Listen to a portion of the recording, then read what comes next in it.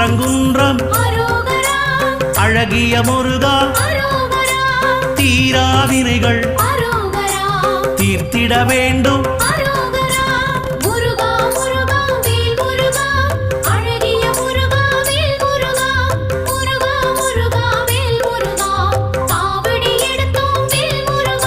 சுவாமி மலையனே ஏரகத்திரைவா அப்பனுக்கு பாடம் சொன்ன ஆறுமுகவேலா